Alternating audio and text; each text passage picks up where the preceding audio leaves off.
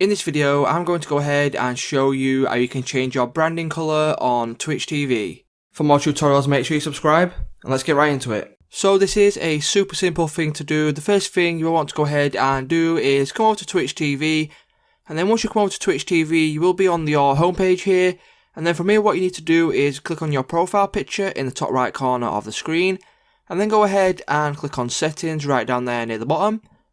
And then once you've clicked on settings, you'll be brought to this page here, and then from here what you need to do is click on channel and videos.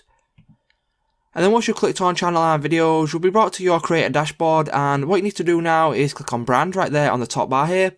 Click on brand, and then you can go ahead and scroll down a little bit. So if you go ahead, scroll down a little bit, as you can see, you can change the colour of your channel to whatever you like, and you can go ahead and you can customize it as much as you want. So it's just that simple, guys. If this video did help you out, please leave a like, comment, subscribe to the channel, and I will see you in the next one.